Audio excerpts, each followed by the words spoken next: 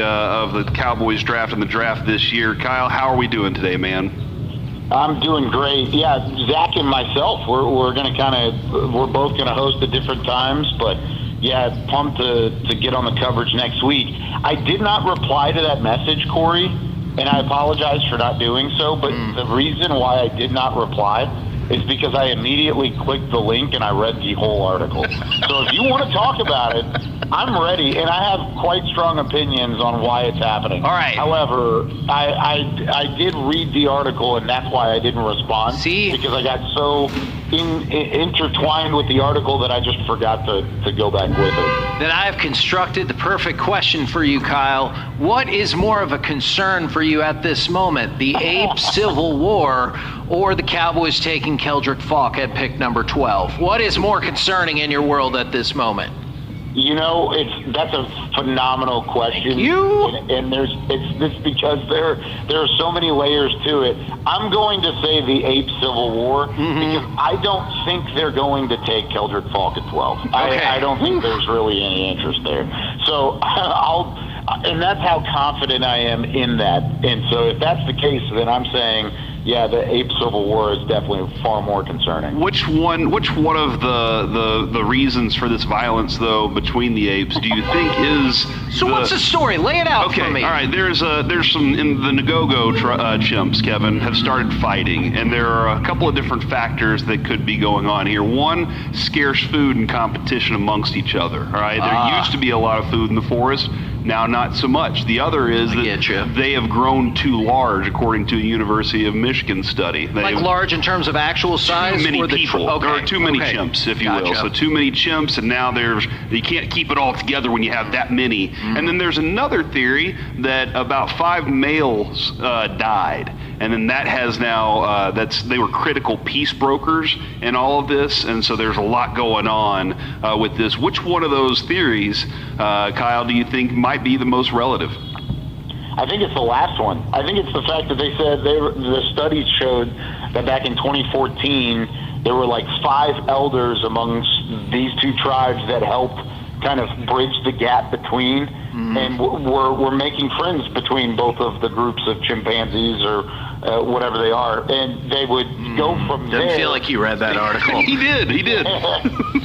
From there, it ended up, when they all passed away, it was like the younger generation took over, but then they were met with kind of the scarcity and the overpopulation and things like that. So I think it's a combination of the both, but I think the initial spark happened when those peace brokers kind of moved along. Yeah, good times can create weak chimps, Kevin, and weak chimps create hard times. So unfortunately, us as humans sometimes have the tendency to interfere where we're not needed. Is that going to happen in this situation? Because we need the apes to figure it out for themselves, right? Yeah, I think that's kind of what the study ended up saying. They didn't say it at the end of the article or anything, but it kind of said there's nothing you can do about it. It's going to happen. They're going to just let them fight it out and see what happens and let nature kind of run its course, which is probably the best way to do it. Are you nervous at all that, within the last 15 years, we've had a plethora of films that show that the apes come out stronger because of this, and they eventually overthrow our way of living? Nah, I'm more, at this point, I'm more worried that the Cowboys would take Keldrick Falk at 12 than that. Okay. See, this is why he had 3 kids. This is why he had 3 kids, Kevin, so that the humans could continue to overpopulate I'm trying to build numbers here, right? I gotcha. There's power in numbers. All right. Would Keldrick Falk be in play at 20, you think, or they just don't love that player? I think he would be more in play, but I don't think he's at the top of the list at either spot, to be completely honest. I think Keldrick Falk, to me, he's a good football player, and he's my number 4 edge rusher on my board. But when you look at the fit that people are trying to pigeonhole him into, is the fact that he played that 4-eye, 5 technique spot at Auburn. And that's been a big part of the conversation this offseason with Christian Parker. He's going to need somebody that's athletic and long and has some pass rush ability to play that 4-eye spot. But really, Dallas wants a bigger body there. They want somebody that's more like 290, 295, as opposed to Keldrick Falk, who listed at 276 at the NFL Combine. So he would need to put on about 15 pounds for him to be a true fit at that 4-eye spot. Doesn't mean he can't do that. It just means he's not as good of a fit as people are kind of leading on to putting him in there. At the other side of things, if you wanted to move him outside, maybe make him stand up outside linebacker, edge rusher, then they would want him more like 260, 265. So he'd have to lose 10 or 15 pounds. So with all of the conversation and the rumors and the floating it out there that I've seen over the last week, I just don't know if it's as great of a fit that it's worth taking over other players that are also out there that fit you from a board standpoint and from a scheme standpoint. I think Keldrick Faulk's a little bit further down their board, and I think he's a little bit outside of their scheme. Doesn't mean he's not interesting to Dallas or that Dallas wouldn't take him.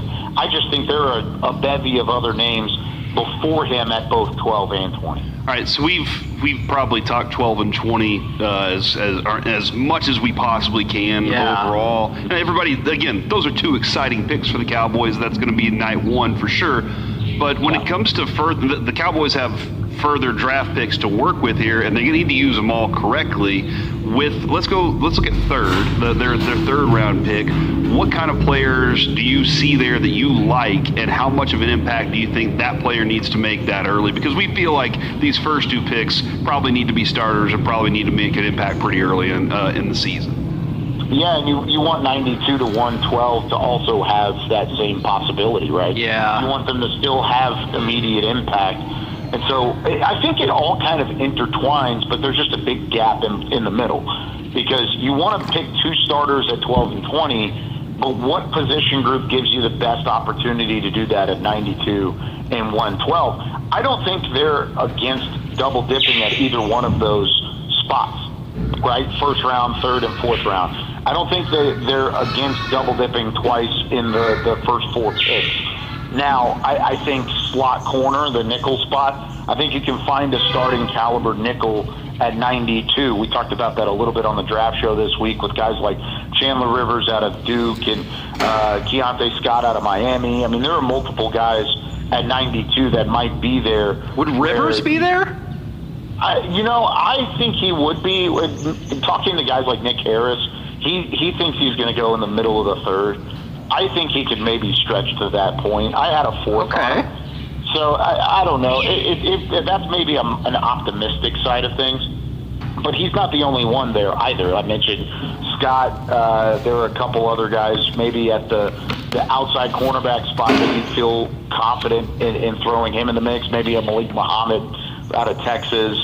And then you go into linebacker. I don't know if they love the linebacker options in the first round or in the third round, right? And if that's the case, maybe then that's a trade conversation. Do you feel like the second round kind of gives you some good linebacker options? Because I keep telling Kevin, oh man, I wish I had a second rounder for a Jacob Rodriguez or an Anthony Hill. Yeah, absolutely. I think both of those names, you could throw C.J. Allen into the mix. I know there's kind of a question mark maybe on his knee. I know there was like a medical thing that popped up that teams were checking on. I don't have any details on that moving into it. But yeah, I think linebacker fits better in the second round than it maybe does in the third or the fourth round. Josiah Trotter out of Missouri is another name that I think Dallas would be interested in if he was available at the back half of the third. I don't think he'll get there. I think he's a second round type of player. So I think linebacker, the more that I go into or get closer to the draft process, the more I don't know if they're going to come out with a linebacker. I think their linebacker plan maybe falls elsewhere, whether it's a trade or whatever it may be.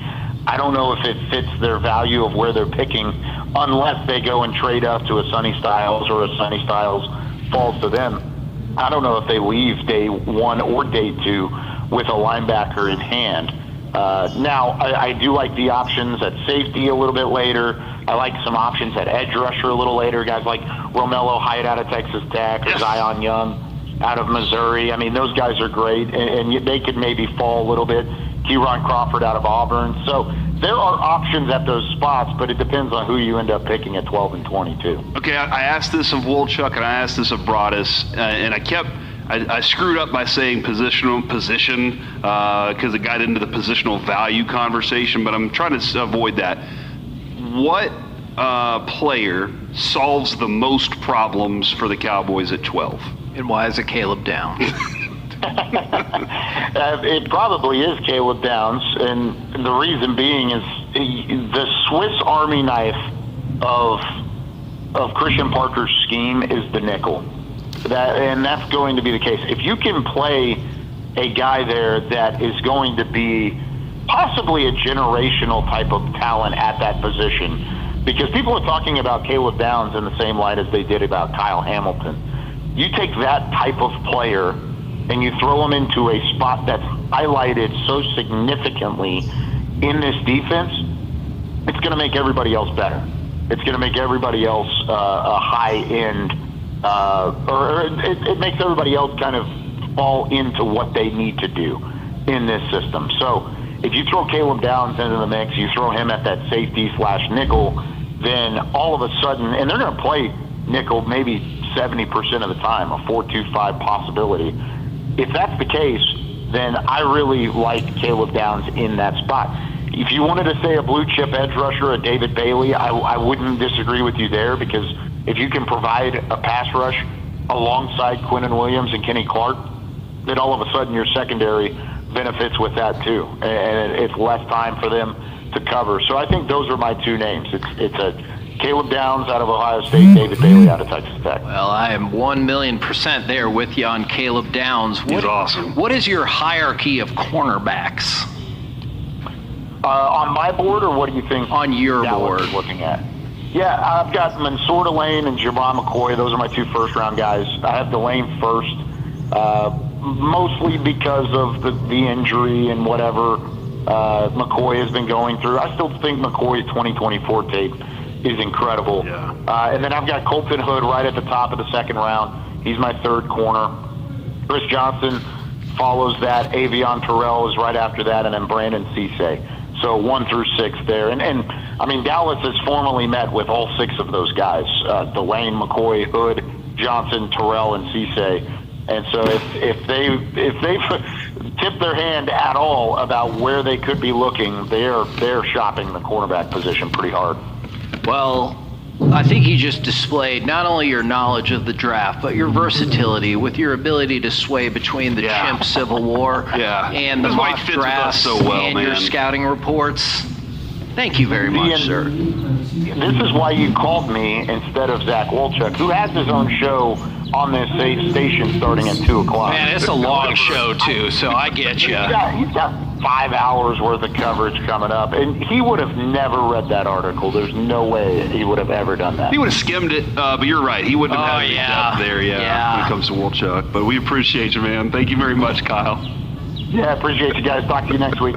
There you go, Kyle Yeomans, who I think he was saying also that McCoy was second after Delane, Kevin. He said that Delane was first. Understood there. And he's going to be heading up, or a huge part of, the draft coverage right here on 105.3 The Fan. It's going to be one of those situations where you have two geniuses battling over who's the smarter one with every one of their takes. And then the third genius just sits back and lets them argue. Yeah. Yeah, buddy, welcome back. Time for a special guest to join us to talk NFL draft here on The Fan. Our path to the draft brought to you by Pluckers. Join us at all Pluckers locations April 23rd for our annual draft party. Segments brought to you by the Frankels. If you've been injured in a car or truck. We've had our hands full. You know, and I heard, and there's even more than that. There's reports that Jerry was at the bargaining session last week with the Referees Association, and I would love to know from you, especially being part of the competition committee, how important do you believe it is for the NFL to get a deal done with the Referees Association and the regular refs for the regular season? Well, I was, because of my role on the competition, I was actually there as well, and certainly, we'd like to agree to a deal with our officials. At the same time, it's a work in progress. We have a lot of respect, but also, it's business, and just like any other negotiation, until it's done, you really don't like to comment on anything. These are always cordial visits too, right? No fisticuffs breaking out there? No, they were professional and cordial. Okay, I like to hear that. Oh, we've talked with you a lot about the salary cap in the past, and I know people get caught up about when they talk about the draft. They say, "Hey, what does the team need right now?" But whenever you talk about the salary cap, you talk about planning 2, 3, 4 years into the future. Do you have to have that same kind of mindset when you go into these drafts?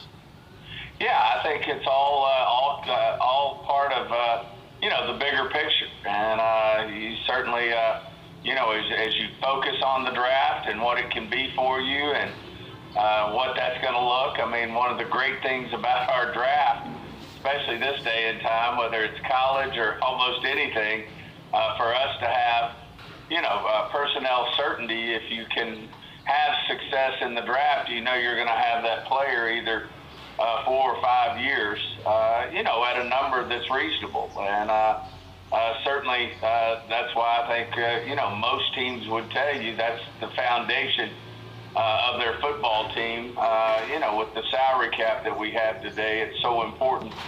The draft's just so important. Would that potentially lure you into saying, you know what, we'd be okay taking an older player in the draft because maybe as they get a little older, we don't have to get that second contract with them, or does that matter? Well, it's interesting you bring that up. I think these players that are older, I think it's a two-edged sword. One is really good. Certainly you're seeing it with quarterbacks.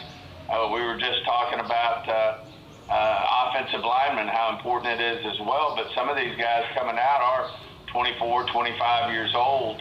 But the flip side of that is they have a tremendous amount of experience, and which really helps them transition right into the professional game. The more and more you look at these things, these players who only have started, 12 games in college, 24 is obviously a lot better, and 36 is better than that, and a 4-year starter is better than that. But that really enables them to transition usually at a faster rate if they have the right. You still got to have the skill set and the things that come with being a professional football player, but that helps. Now, the downside of that is some of them are going to be then 28, 29, 30 years old when they come up on their second contract. Now, you just mentioned, obviously, quarterback could be one position that would be beneficial. Are there any other positions the team has identified as saying, you know what, more starts and perhaps sometimes an older player is not so bad at these positions either? No, I just mentioned it. The offensive line, I think, is really it's an advantage to have played. It's really coming into play in our evaluations. How many years have they started at a particular school? Certainly, anything that any position that gets into really needing experience is helpful. Obviously, some of the more skilled, highly skilled positions, whether it's a corner or a receiver or running back, those type of places, you can obviously get away with having elite athletic skills and being quite a bit younger and not as much experience. Now, Stephen, I'm wondering, have you fallen in love with any one particular player, or do you think there will be a player you're going to love landing at 12 no matter what? Well, in the draft, you can fall in love with many. Unlike life, you're with your wife. In the draft, you certainly can fall in love with multiple players, and certainly we have a bunch of players on the board that we really have a high opinion of that we think could really help our football team, and certainly that's how you end up stacking them. And if they're in our first round, probably any team would say this, then there's a lot of love for that player. I'm guessing perhaps, since you just mentioned that, the draft board isn't totally locked in just yet, but do you have a general idea of maybe how many first-round grades y'all are going to have? It's still a little early, but usually we're in that 16 to 20, 21, 22 range. That's a big number right there. I like hearing that one right now. How much? Yeah, now I don't know that we'll get there this year, in terms of the 20s, but, we're grinding it out right now. And as you said, we hadn't put the final grades on anything. And, this will obviously evolve into a board that we really have confidence in. As you guys are putting together that board, I've always been fascinated. How much do you feel like you can learn from the players that have the draft visits with y'all that obviously wouldn't pop up by just watching film? Yeah, I think anytime you get to spend more time with a player, and especially when you bring one in for a 30 visit, you're getting almost 24 hours with that player to really, delve deep into a lot of areas. And, I think that's why we've ended up over the years drafting quite a few guys that were actually in on the 30 visit. Now they're coming on the 30 visit because obviously we've seen a lot of things that are interesting to us, and we want to get to know more about those particular players and even have more detailed work on them.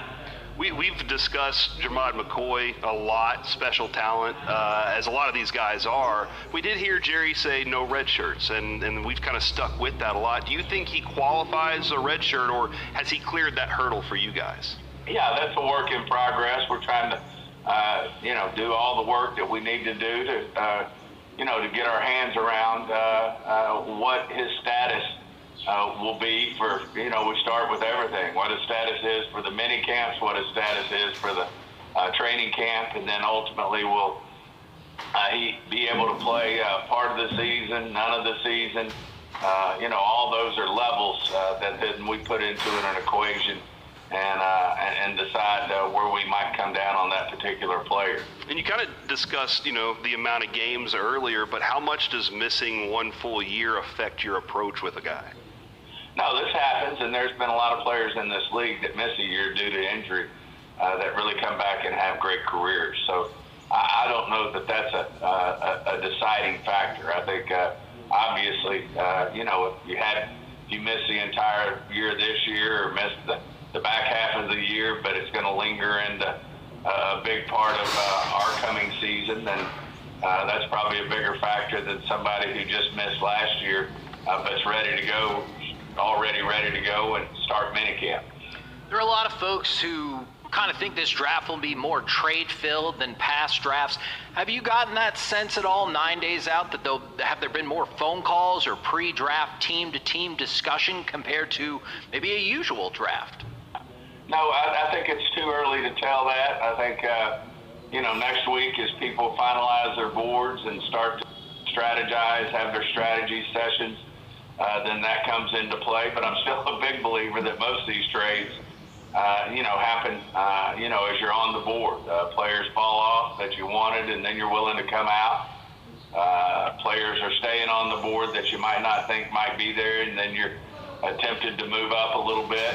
You might not be willing to, give up what it costs to go way up the draft. But if a player starts to fall, then you get a little thought that, hey, maybe we could move up and it wouldn't cost as much, and we still get the guy that that we think is the best player for us in a particular draft, depending on where you pick. Can you? I always love Kevin and I try to play this game a little bit. Can you describe the anatomy of a trade? Like, what's that really like in that room on those phones from your past experiences?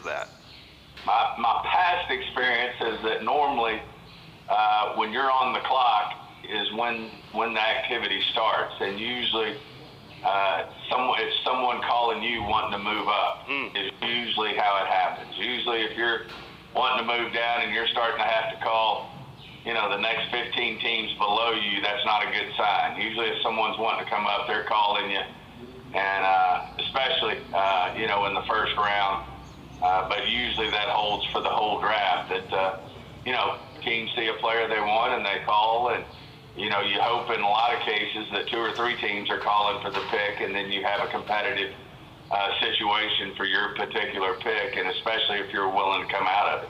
But you would never say, well, really, because the Ravens just said they would offer me this as a bluff, right?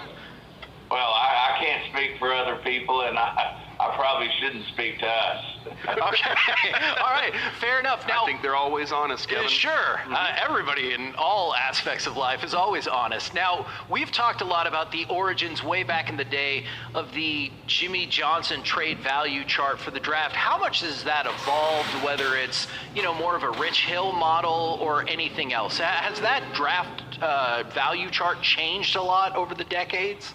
Well, I have to correct you in all due respect. That was a Mike McCoy draft chart. At the end of the day, I watched him put it together, and he showed me how he was putting it together. Obviously, Jimmy and Jerry used it, but that was a Mike McCoy draft chart, who was a valedictorian at Oklahoma and Petroleum Engineers and understood how to chart those things and come up with values. Now, you can imagine with analytics and AI the way they are today, these charts are constantly evolving. You got to know the data that's going into them to understand it.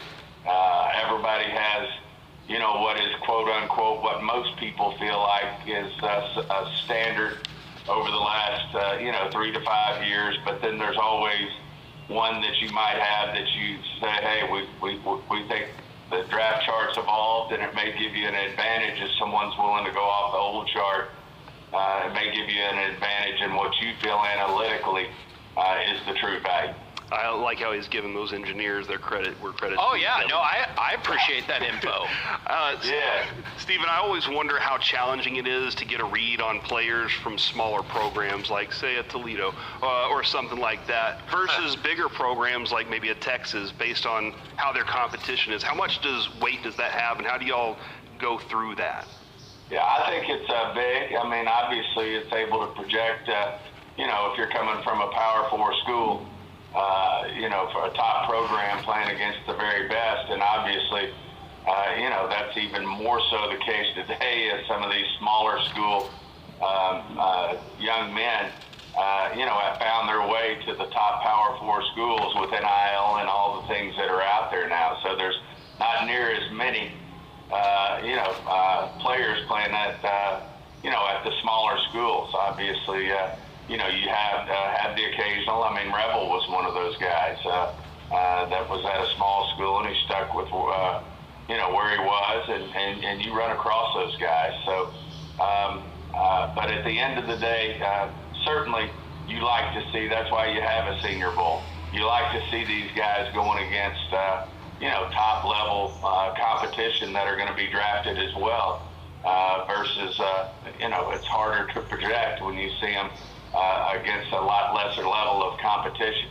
Obviously, they should be dominant, but you still got to do some projecting that is more difficult than when you see Alabama and Georgia going at it, and seeing those guys compete against one another. You get a better feel for what it's going to look like on our level. Obviously, Stephen, and for us, it's really exciting to have 2 first-round picks. It's a opportunity to do something special. How much of a culture-changing mentality are you looking for in one or both of these picks? Does that need to be a factor? Yeah, I think it all factors in at the end of the day, and certainly we're trying to create an identity and a culture overall for this football team. Certainly on defense, we felt like we lacked that last year, defense in particular, that we didn't have the identity, the culture, that we needed, that the players were buying into and playing with an edge. And certainly that's the goal. And then ultimately the goal is to have a culture and an identity for our entire football team that Shotty's trying to develop in terms of, the type of men that we bring in here to compete day in and day out. That certainly, when they're working together every day, are a positive influence on what we're ultimately trying to be as an organization, as a football team. We're talking with Stephen Jones right here on 105.3 The Fan. You walk through something that I think is really fascinating, and fans fall into this trap. I have been guilty of this trap. Do you think sometimes the fan base might underestimate the difficulty of trading back when you were lining up like, hey, we should have traded back, we could have got that same player? Do you think people underestimate how tough it is when your pick is up and nobody is calling? there's that old deal when the phone doesn't ring, you know it's me or it's a problem. And certainly, when you're trying to call and go back, the price goes way down, and it's really hard to get value. We've certainly attempted if we really do want to trade down, but most of the time, when you're having to make those calls to say, hey, would you give me something for this? What would you give me for this pick? Or here's what the chart says. Would you be willing to do it? We're willing to come out. It's not near as successful as when the phone's ringing and they're wanting to come up and get the pick. Have you guys, I know you said it'll heat up a lot last week. Can you confirm or deny if you guys have gotten any calls for first-round pick offers for George Pickens thus far? Yeah, you hate to get into things like that, but no, we've had no one call, with interest in George Pickens. All right, last thing from me, Stephen, before we let you go. Could you see yourself falling in love with an Ohio State player? Absolutely. There's you look at that, and no way is this being critical, but you look at some of their guys and you go, how in the hell did they ever lose a football game?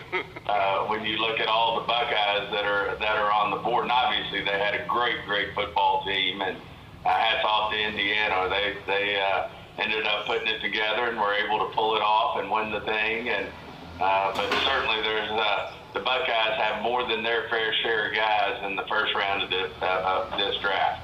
Thank you very much for the time, as always, and we'll catch up with you again after the draft. Appreciate being on with you guys. Here you go, Stephen Jones right here on 105.3 The Fan. Man, I looked it up. I guess I have lost to history the role that Mike McCoy had in that. I always thought of it as the Jimmy Johnson one, and I'm glad he told me, well, yeah. I was there. I saw how it happened. I think maybe, Kevin, the year that you didn't go to Oxford with us was the year that I kind of chatted about that. Thanks with a him. lot, Noah. Sorry, child. But yeah, I think that was the year that I kind of chatted about that, and I learned that. So, hey, that was fun, man. I'm looking for exciting draft ahead of us. Yeah. KNC Masterpiece right here on 105.3 The Fan. You got me, Kevin Hagelin. You got, Corey Majors, and of course the famous Alec Medford. Momentarily, we will be joined by Kyle Yeomans. But right now, it's time for the C-Block, starring Corey Majors. Thank you very much, Kevin. And, I believe he is here. I just want to point out that I did send Kyle Yeomans a text that gave the link to the Ape Civil War. Sure. That we still have yet to bring up on air, so maybe we don't bring it up with him because that's actually the only thing I want to talk to you about. Does our audience know? But here's the thing: he never responded, and I don't know if he was like just in shock that we would ask something of such a professional, or if he was just like I don't know if this is a bit or not. But we do also now have Zach Wolchuk storming in. And Zach sent a really salty email. Very weird email we all got from Zach Wolchuk today. Earlier Did you want to say something to Kyle Yeomans? I wanted to say I love you, Kyle, but I can't believe that you guys had to book Kyle Yeomans when I'm right here. Yeah, well, you said you needed 2 days advance. Yeah. You could have asked me 48 hours ago. We did ask Kyle 48 hours I just want to tell Kyle I love you. Go Mean Green. I miss you. All right. Miss you too, buddy. Okay, there is He told you to go F yourself. He did not. That's not how he talks. Zach walked away. He doesn't know. It is Kyle Yeomans from DallasCowboys.com.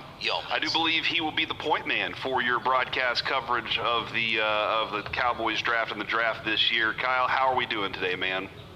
I'm doing great. Yeah, Zach and myself, we're both gonna host at different times, but yeah, pumped to get on the coverage next